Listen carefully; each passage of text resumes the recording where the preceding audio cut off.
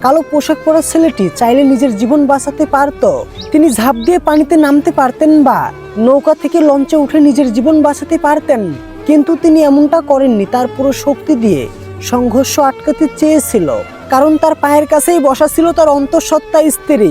সহধর্মিনীর থেকে নিজের জীবন বড় মনে করেনি সে তার সহধর্মীকে ছেড়ে যায়নি, পালায়নি।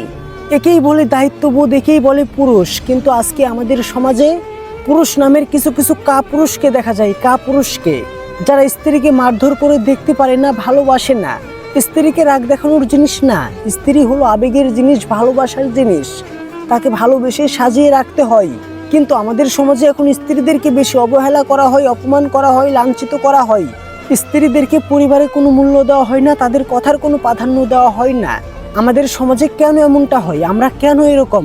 আমরা কেন স্ত্রীদেরকে একটু ভালোবাসতে পারি না? এই ভাইটির মতো কি আমরা স্ত্রীর পাশে প্রতিনিয়ত ঢাল হয়ে দাঁড়াতে পারি না? স্ত্রীর সাহস জোগাতে পারি না? স্ত্রীকে ভরসা দিতে পারি না? স্ত্রীর শক্তি জোগাতে পারি না? আমরা যদি স্ত্রীর পাশে দাঁড়াই, স্ত্রীকে সাহস দিই, তবে তাদের শক্তি 3 গুণ বেড়ে যাবে, তাদের আত্মবিশ্বাস 3 গুণ বেড়ে যাবে। স্ত্রীদেরকে একটু ভালোবেসে দেখুন, একটু আগলে ধরে দেখুন, তাহলে দেখবেন তারা কখনোই আপনাদেরকে ছেড়ে যাবে না।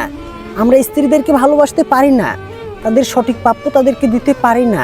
আমরা মায়ের কথা শুনে বউকে গিয়ে নির্যাতন করি, মারধর করি। বউকে কখনোই নিজের জীবনসঙ্গী ভাবতে পারি না, নিজের সহধর্মী ভাবতে পারি না।